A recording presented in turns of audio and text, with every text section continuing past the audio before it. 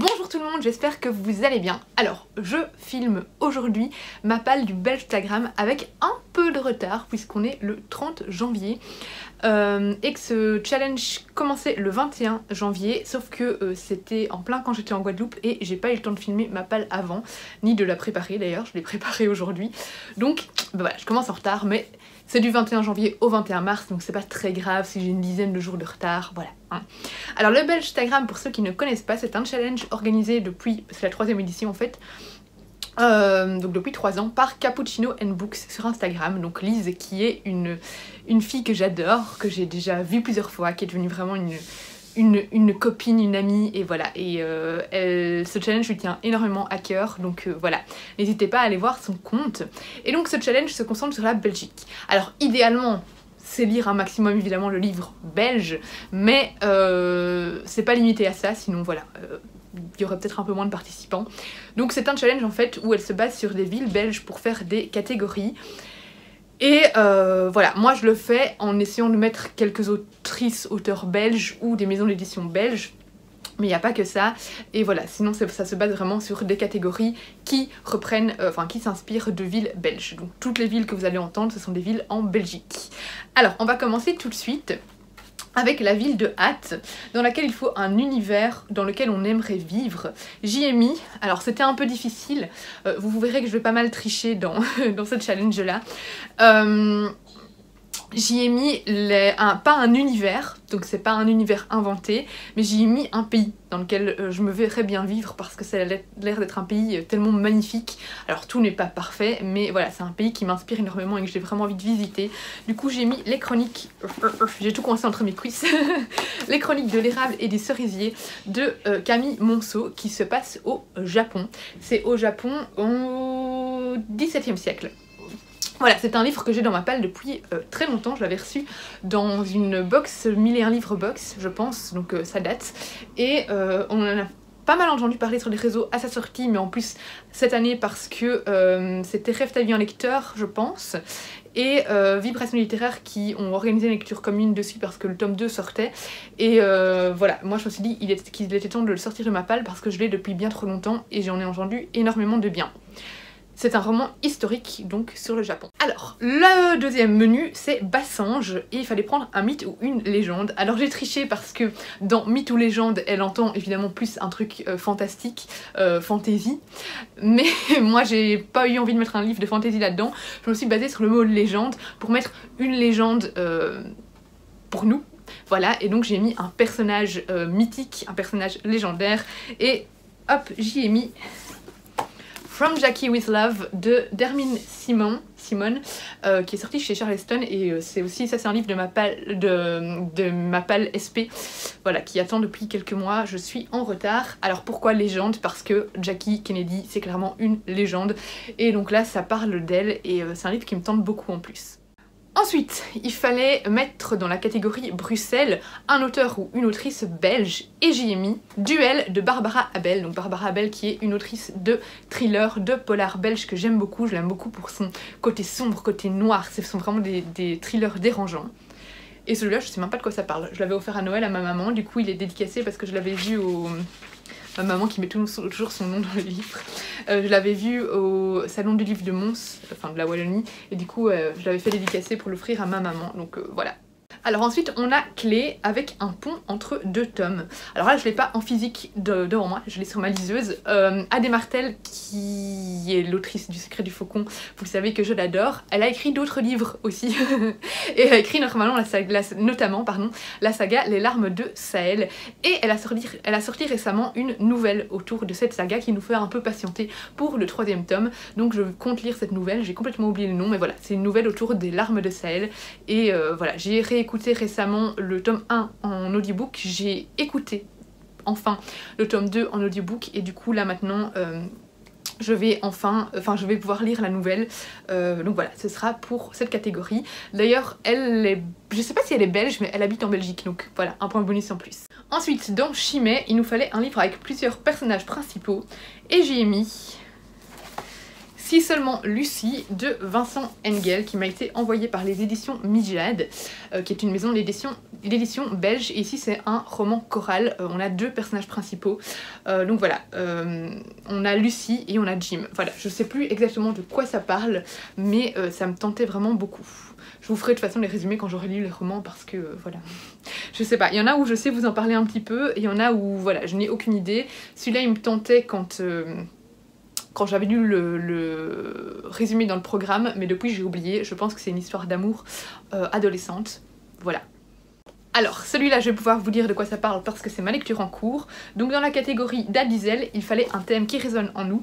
Je suis à la moitié de La mer sans étoiles d'Erin Morgenstern, qui est un roman dans lequel on nous parle d'une mer sans étoiles. En fait, on va avoir un personnage, Zachary, qui découvre un livre dans la bibliothèque de son université qui parle de lui, en fait. En fait, il y a un chapitre du livre qui parle de lui, qui parle d'un passage de son enfance qu'il a vécu. Un moment, quand il était enfant, il est tombé sur une étrange porte dessinée sur un mur près de chez lui, juste à côté de chez lui. Voilà, c'est une porte peinte, et c'est une porte vraiment qui semble un peu mystérieuse, magique, qui donne envie de l'ouvrir, sauf qu'il va pas l'ouvrir, et le lendemain, elle va disparaître. Voilà. Et en fait, tout ça est lié à La mer sans étoiles, qui est un labyrinthe de livres en fait, cachés dans un monde imaginaire, enfin il n'est pas imaginaire, il existe. Et donc voilà, pourquoi est-ce que je l'ai mis dans la catégorie d'Adizel, donc un thème qui résonne en nous, parce que ça parle de livres, ça parle d'un labyrinthe rempli de livres, de gardiens qui sont en charge de garder les livres, de veilleurs, voilà, c'est un univers qui résonne complètement en moi, et je peux vous dire déjà que ce sera très probablement un coup de cœur, ou ça risque de frôler le coup de cœur en tout cas, parce que c'est magnifique, c'est magnifique. Ensuite, on a la catégorie Fosse-la-Ville avec Fées, Failles ou Petit Peuple, et j'y ai mis Les Outrepasseurs de Cindy Van Wilder. Voilà, celui-là je l'ai reçu par Steph, d'ailleurs les deux à la suite en fait, je les ai reçus de Steph dans le swap de Noël. Et Les Outrepasseurs, c'est une saga qui me tente depuis assez longtemps, et je me m'étais jamais lancée, enfin je l'avais jamais acheté, et là en plus c'est un tout petit livre, donc il sera parfait aussi pour le février tapal, hein, auquel je compte participer également. Donc ici, je ne sais même plus exactement de quoi ça parle, à part que je sais qu'on a des failles qui menacent les personnages du roman. C'est ce que j'ai vu dans le résumé. Voilà, les fées nous pourchassent depuis 8 siècles, voilà. Par contre, je ne sais absolument plus de quoi parle ce roman. Maintenant, il a eu beaucoup de succès, donc je pense pas que je dois vraiment vous le résumer. Je le ferai quand il sera lu, de toute manière. Ensuite, nous avons la catégorie Asselt, avec un manga. J'y ai mis le monstre d'Einstein de Ryu Miyanaga. Je ne sais pas du tout de quoi ça parle, tout simplement parce que je l'ai reçu exactement hier en rentrant de Guadeloupe de Casterman, et c'est un livre que j'ai pas demandé, donc voilà. Je l'ai pas demandé, mais dans cette catégorie là j'avais aucun livre à mettre parce que pour le moment je n'ai aucun manga dans ma palle, donc je me suis dit bon, ça tombe bien, on va le mettre dedans, je sais pas si ça va me plaire. Voilà, on verra bien. Je sais même pas si ça risque de me plaire ou pas, mais ça fait un petit manga à lire et ajouter dans le belge Instagram. Ensuite, on a la catégorie Lierre avec un livre écrit à une autre époque. Alors, autre époque, pour moi là maintenant, ça va être une époque assez proche de la nôtre parce que ça se passe au XXe siècle, mais je vais mettre La femme au manteau violet de Clarisse Sabar, que j'ai en e-book et en audiobook. À mon avis, je vais l'écouter en audiobook. Je veux profiter de le lire maintenant, avant de lire L'épreuve non corrigée que j'ai reçue de Lily Charleston pour Clarisse Sabar, qui reprend, je pense, l'histoire d'un personnage de ce roman, du roman de La femme au manteau violet. Et je sais qu'il y a un spoil par rapport à celui-là, donc voilà, avant de lire, puisque j'ai La femme au manteau violet dans ma palle, avant de lire L'épreuve non corrigée, je veux absolument lire celui-là, donc voilà, je vais le mettre. Alors là, c'est un roman qui joue entre deux époques, on est en 2018 je pense, et en 1929, c'est dans le passé, donc pour moi ça rentre dedans. Ensuite, on a la catégorie L'Ose, un livre peu présenté sur Instagram. J'y ai mis un livre que j'ai reçu de l'autrice et je pense que c'est un livre auto-édité, L'au-delà de Régine Rizzo, qui est un livre dans lequel on nous parle d'une femme qui rentre chez elle après avoir recherché son fils qui a fugué, et en retournant chez elle, elle a un sentiment bizarre. On nous dit que tout lui semble familier, mais un malaise diffus s'installe. Donc voilà, elle a un sentiment étrange dans sa maison. Le résumé m'intriguait beaucoup, quand l'autrice m'a proposé de l'envoyer, j'ai accepté. J'avais déjà lu un roman d'elle cette année, enfin l'année passée du coup, en 2021, et du coup ça me tente bien. Dans la catégorie Louvel-la-Neuve, il fallait mettre un young adulte, je pense que c'est un young adult, je sais plus si c'est young adult ou adulte, mais je crois que c'est young adult. J'y ai mis Les Oubliés de Lama de Florian Soulas, pardon, qui est sélectionné au PLIB 2022, que j'ai reçu en service presse, que je n'ai toujours pas lu parce que c'est une grosse brique et que du coup il traîne dans ma palle. Il est temps que je le sorte de ma palle. J'en ai entendu du bien. Voilà, il me tente bien, même si les livres dans l'espace me font toujours un petit peu peur parce que c'est pas un thème qui me plaît tout le temps. Donc voilà, on va bien voir ce que ça donne. C'est de la science-fiction, ça peut marcher, tout comme ça peut ne pas marcher avec moi. Alors dans la catégorie Malmedy, je n'ai rien mis parce qu'il faut un livre, une pièce de théâtre ou un livre en vers libre et je n'en ai aucun. Et là je veux pas acheter de livre en février, je vais participer au challenge Février Tapal d'Alex Bookin en Prada et dedans notamment en février il ne faut acheter aucun livre, il faut faire un no-buy, donc je ne compte pas acheter de livre. Donc à moins que je reçoive un SP qui soit en vers libre ou une pièce de théâtre, mais je ne crois pas, je le mettrai dedans. Sinon d'ici mars peut-être qu'il y aura un autre livre voilà, qui pourra rentrer dedans. Pour le moment je ne mets rien, on verra s'il y en a un qui rentre dedans par la suite. Et la dernière catégorie, il s'agit de rédu. Il nous fallait un livre acheté chez un bouquiniste ou un livre acheté en seconde main. Et j'ai mis, il me manque une catégorie, tiens, parce qu'il me reste 2 livres. Il m'en manque une, je vais regarder après. Et donc c'est là pour rédu. J'ai mis En l'absence des hommes de Philippe Besson, qui est tout petit. Celui-là il rentrera aussi dans le Février Tapal, c'est sûr et certain. Donc c'est un livre que j'avais acheté en seconde main. Il me semble même que je l'avais acheté à François de livraison de mots sur sa boutique Vinted. Ma maman l'a lu parce que je lui ai prêté entre temps. Elle m'a dit que c'était super beau. Il me semble que ça parle d'une romance homosexuelle, mais je suis plus sûre, je me souviens plus du tout du résumé. Ah oui voilà, on est en 1916, Vincent fait la connaissance d'Arthur, jeune soldat qui tente d'échapper pour quelques jours à l'horreur des tranchées. Et il attire l'attention de l'écrivain mondain et renommé Marcel Proust. Voilà, on nous parle d'amant, d'amitié, etc. Donc ça a l'air vraiment bien et surtout il est très court, il fait un peu plus de 200 pages. Et j'ai encore ce livre-là, qui est rentré dans la catégorie couverture noire, mais je ne trouve plus la catégorie. J'ai encore bien fait ça, hein.